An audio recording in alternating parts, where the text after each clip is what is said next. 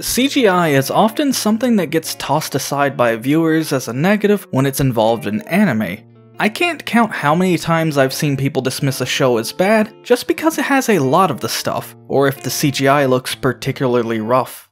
I'm someone that doesn't really care about the looks of an anime as long as the series is something that I find to be well written or just overall enjoyable. Because of that quality of mine, people tend to think that I like anything that looks bad to them, but that's far from the truth. I just have a different understanding on the subject, and that's what I'm going to talk about with you today. To get this started, I want to clearly spell out what bad CGI is in my eyes. People within this community tend to value looks over most things, but what truly makes CGI bad is how it's executed. To truly see how well it's handled, you have to take into account a couple of factors first. Is the anime fully 3D? Is it a hybrid of 2D and 3D? How well does it blend in with the 2D environment? Is the CGI randomly appearing in various scenes? Is the animation of the models overly distracting? There are a lot more things than this when it comes to the subject, but these are among the first things that go through my head if I'm trying to judge the quality of CGI. A more straightforward way to really represent my idea of bad CGI is to look at one of the worst executions of CGI I've ever seen in an anime. For this example, we have Goblin Slayer.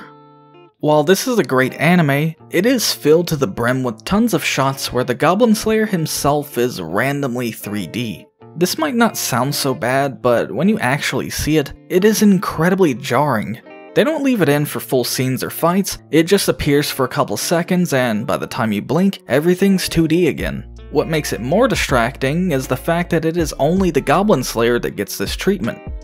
The fact that the anime itself barely uses any CGI makes these flaws stand out even more, and it is entirely why I find shows like X-Arm to look a lot better in this regard.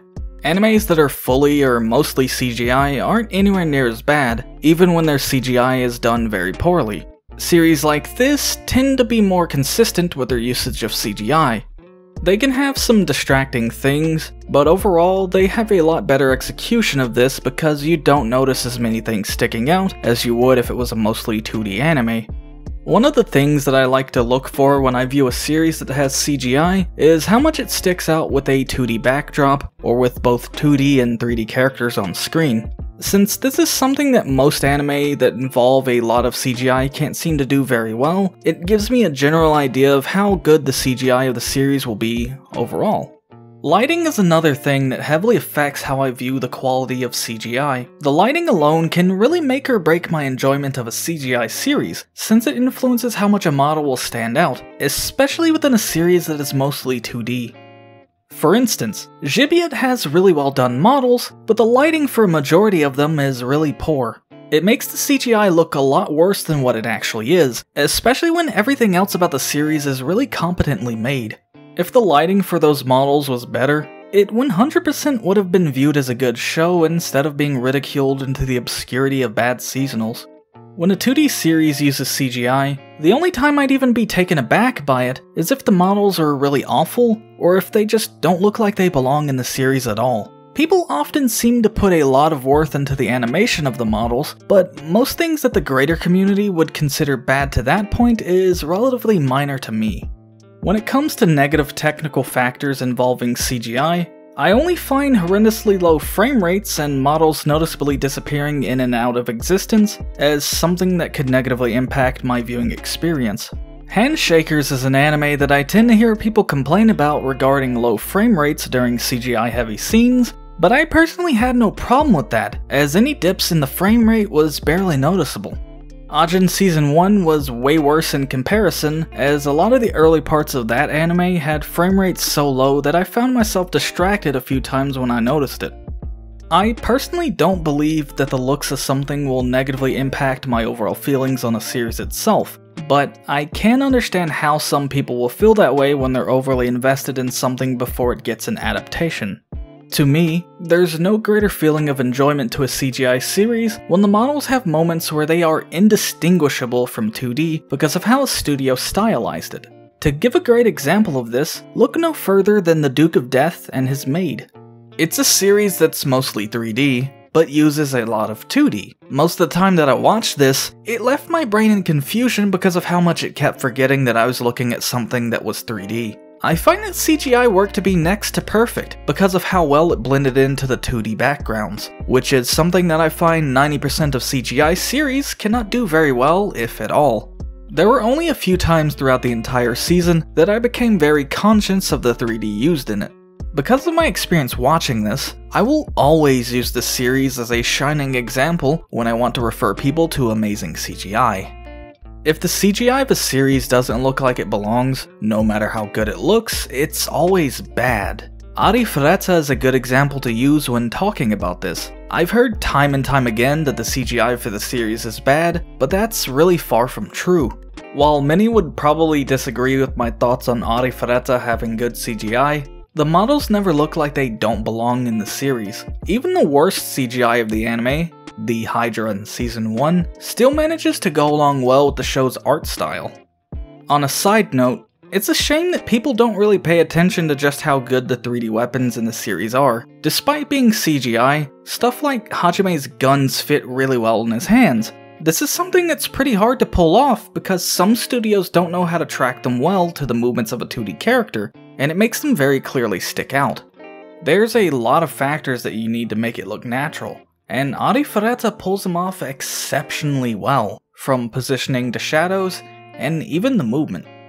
Movement of a CGI model isn't something that I would usually factor into my judgment of quality, but I thought I would mention this because of how some people can get distracted by it. To expand on that, I'm sure you've noticed by now that amount of awkwardness in how models will sometimes move. No matter how high quality a CGI series is, they tend to have a couple of moments where it can be jarring. Whether it's bad animation or just a bit of the uncanny valley, it's one of those things that's a little hard to ignore when viewing a series. Funnily enough, despite how flawed of an anime it is, Ex-Arm is a show that I find interesting for this specific topic. It showcases many things about CGI that I've even talked about here in this video. No matter what you think of the anime, it's very impressive on a technical level in one way or another. I won't go too in-depth talking about the objectivity of it, but I will talk about a few things to show you what I mean. You can see so many parts of what makes good and bad CGI strewn throughout its runtime. It has poor facial movement 90% of the time, which is the most obvious of the problems with its animation. Couple that with a lot of the robotic motions that the series has in non-action scenes, and you get an anime with pretty stilted movement. The action scenes really help a lot when it comes to showing the good movement of Ex-Arm, but even that is distracting when you get the exaggerated jumping that looks like someone being pulled along a wire. Its models and even lighting are really good for a majority of its series, but it tends to ruin some of its best looking scenes with subpar animation. Don't even get me started with how much the perpetual fog in the second half of the anime ruins things as well. This is just two examples overall of how Ex-Arm does one good thing in CGI, only to do something just as equally terrible to counteract it. All it manages to accomplish in the end is make very average CGI. I think the series serves as a pretty good guide for the do's and don'ts of the art form because of this, and having a more in-depth discussion on that could end up being pretty beneficial for many. Despite what others may think, I'm pretty critical of CGI in an anime. I judge the art of a series separately as, in my eyes, a series looking good or not is just a complimentary thing. Others may put more stock into that, but I think it's really dumb to focus too much on that aspect. I've met a lot of people in the anime community that try to argue that the looks of something can make a show better, but I don't agree with that mindset at all. While better looks can improve your enjoyment, I also think they can poison the well if you prioritize them. When you encourage people with this trail of thought, you end up missing out on some legitimately great shows if you can't look past such surface level things. And that can be applied to even 2D series. That's the entire reason I wanted to make this video in the first place.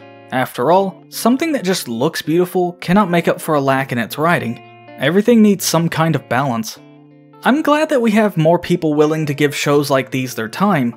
It's something I wouldn't have imagined being possible if you turn back the clock a good 10 years or so. After a while, it gets so tiring of seeing people say that CGI is bad because it doesn't look as good as the manga's art, or some other copy and paste reason that they use for disliking even a 2D anime.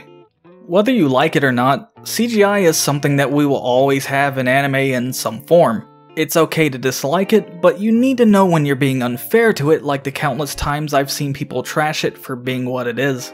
It is an art form that needs more love, especially with how it's been getting increasingly better over the years. If it weren't for some of the more well-received CGI shows being labeled as good, the community would probably still be dismissing everything that heavily involved its use. At the end of the day, all I wanted to do was make a dumb video giving people a different perspective on CGI. It might not be something that everyone agrees with, but I'm happy if this has given you a new look on the matter, especially if you were someone leaning towards the more negative side of things. If you enjoyed this video, I encourage you to subscribe and become part of my community, as I tend to do things in a very similar vein to this every now and again. If you want to, you can also join my Discord, which I always have linked in the description, to get frequent updates of what I'm working on, or if you want to talk to the rest of my active community.